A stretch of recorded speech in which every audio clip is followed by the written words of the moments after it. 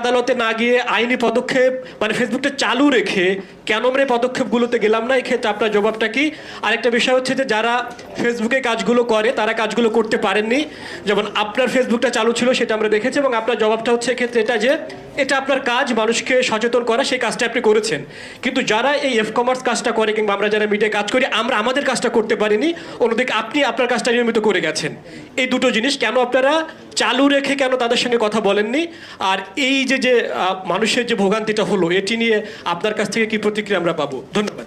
এটা আমাদের লিগ্যাল টিমকে আমি বলবো যে এই প্রশ্নগুলো আপনারা লিপিবদ্ধ করে রাখেন।